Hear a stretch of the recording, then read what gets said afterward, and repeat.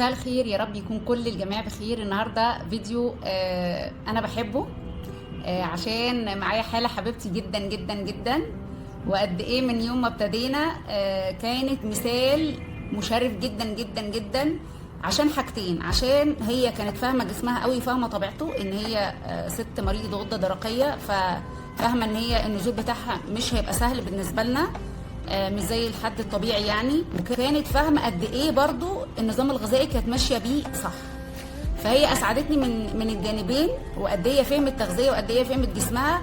مش زي الحالات اللي بتيجي تقول لك اصل انا هخس كام كيلو، وزي ما بيسمعوا على النت للاسف هم جايين عندهم الفيدباك ده ان احنا هنخس 30,000 كيلو في الساعه. فده طبعا مش صحيح، ملوش اي اساس من الصحه. فمبيبقاش عندهم اصلا زي ما بقول يعني حمل ان هم يعملوا دايت، او حمل ان هم يمشوا نظام غذائي.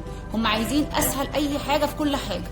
فانا بحييها وبشكرها، واللي بيكمل معايا دايما دايما بقول ان هو حد قوي وحد شاطر. والشاطر في التغذيه شاطر في كل شيء، لانه الشاطر في التغذيه هو قدر يغير اللايف ستايل بتاعه، قدر يغير عاداته الغذائيه، قدر يكون قد التحدي، فهو يبقى شاطر في كل شيء. نورتيني وشرفتيني حبيبتي. احنا نازلين مع مدام حنان، ما شاء الله هي ابتدت معانا 91 65 جرام، احنا النهارده 76 و400 جرام، ما شاء الله عليها. 16 كيلو 16 كيلو بالظبط، ما شاء الله. فرقوا معاها جدا جدا. طبعا هي اشتغلت معانا برضو نحت القوام. كانت جايلي شخص وحرفيا هي شخص ثاني خالص النهارده. يعني اول ما دخلت عليا بدرس تحفه، بتقول لي ايه رايك؟ قلت لها لا طبعا قمر. فهي دي التغذيه وهي دي الثقه بالنفس. فقولي لنا بقى رحلتك معانا عشان تدي دعم لناس كتير جدا جدا، لانه حقيقي هكرر لك كلامي، انت مثال مشرف. خليكي يا دكتور، حضرتك البركه في حضرتك بجد يعني. ربنا يسعدك يا رب. يعني اولا بغض النظر عن اي شغل دايت والكلام ده كله، حضرتك انسانه بجد بني ادمه قبل ما تكوني دكتوره. ميرسي يا حبيبتي. بجد يعني. يعني انا لما جيت انا جيت علشان صحيا انا ما كنتش كويسه خالص. انا مش بقدر اقف على رجليا، ما كنتش من اقل مجهود كنت بنهج واحس ان انا مش قادره اجي اقوم، مش قادره، خصوصا ان انا زي ما حضرتك قلتي ان انا مريض بالغده الدرقيه. فكان بالنسبه لي الحرق كان صعب جدا. قبل ما اجي طبعا حاولت مع نفسي لكن فشلت فشل ذريع. فلما جيت مش خلينا نقول اللي هو فشل، خلينا نقول ان هو ما كنتيش عارفه. برضو لما يكون حد برضو متخصص بيعرف ان هو يعرف نقط ضعفك فين ونقط قوتك. فانت نجحتي، ما دليل ان انت نجحتي ان انت نجحتي معانا. ما هو بتوجيهات حد فاهم، لكن انا مع نفسي طبعا ما كانش الموضوع احسن حاجه. فلما جيت فعلا انا كانت اكتر حاجه بتأزمني اني ما كنتش بعرف اصلي وانا بسجد. دي اكتر ربنا الحمد لله، ودي اهم حاجه بالنسبه لي. بفضل الله ثم الدكتوره جيسي الحمد لله الحمد لله انا بقيت اصلي وانا واقفه وبصلي وبسجد وبركع وكل حاجه، وما بحسش بالم الركب اللي كان عندي برضه شوكه عظميه في كعب رجلي، ما كنتش بقدر اقف عليها. كنت كل ما اروح الدكتور يقول لي قبل ما تجيلي لازم تخسي. فكل ده الحمد لله الحمد لله كل ده بفضل الله ثم الدكتوره بجد بجد كل ده راح الحمد لله.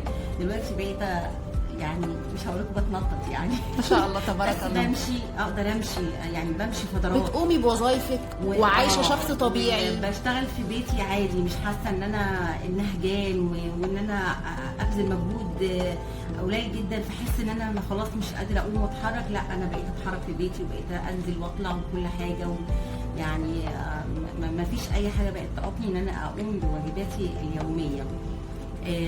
الى جانب بقى ده كله ان انا لما كنت زمان اعمل دايت مع نفسي او اي حاجه، انا كنت في مشاكل بتظهر لي، ادوخ، تمام، بحس ان انا بصفر، بعرق، حاجات كده. لا انا المره دي فعلا انا نزلت وخسيت ووصلت للي انا عايزاه من غير اي اثار جانبيه. بالمناسبه هي النهارده تاني اسبوع تثبيت معانا. يعني هي ما شاء الله وصلت للمثالي بتاعها ما شاء الله تبارك الرحمن. احنا ما تعبتش معاها خالص، وهي كانت ملتزمه وحد شاطر جدا، وحد بقى فعلا فاهم هو جسمه ايه. والحمد لله احنا قدرنا يعني نوجهها بده، وهي فهمته واستوعبته. لانه دايما بقول مش كل حد بيقدر ينفذ او يطبق. انا مبسوطه بيها جدا جدا جدا. انا سعيده اني اتعرفت عليك حبيبتي قولي لي بقى ايه رايك في جلسات الميزوثيرابي؟ لا تحفه بجد، تحفه، بتغير الشكل تماما، ومفيش يعني مفيش اثار جانبيه. انا ما لقيتش اثار جانبيه بصراحه خالص، فالحمد لله. وبعدين في حاجه كمان بقى، هي بتدي الواحده ثقه في نفسها. حبيبتي يعني انا بحس ان انا بقيت انسانه ثانيه. صحيح. انا اختلفت، حسيت ان انا بقيت واثقه من نفسي، بقيت البس اي حاجه انا عايزه البسها، اي حاجه. كل هدومي اللي كنت شايلاها مثلا من 10 سنين طلعتها ما شاء الله. العمر كله ليكي يا حبيبتي. طلعتها ولبستها، وبدات انزل اشتري كمان هدوم جديده صغننه. ما شاء الله تبارك الله. وفي بقى حاجه مهمه جدا، اني بخش على دولاب بنتي. ما شاء الله ما شاء الله. بستولى عليه. انا مبسوطه بيكي، ومن اهم الحالات اللي كانت حقيقي شاطره. وانا حالاتي دايما اللي بيكملوا بيبقوا شاطرين، لانه الناس اللي هي بتيجي ديت عابره، اللي هو بيجي يجرب دي ما بعتبرهمش من حالاتي. لانه طبعا احنا بنشوف حالات كتير جدا ان هو جاي يجرب يشوف، فتيجي تساليها تقول لها انت تابعتي مع كام دكتور، تقول لك كتير.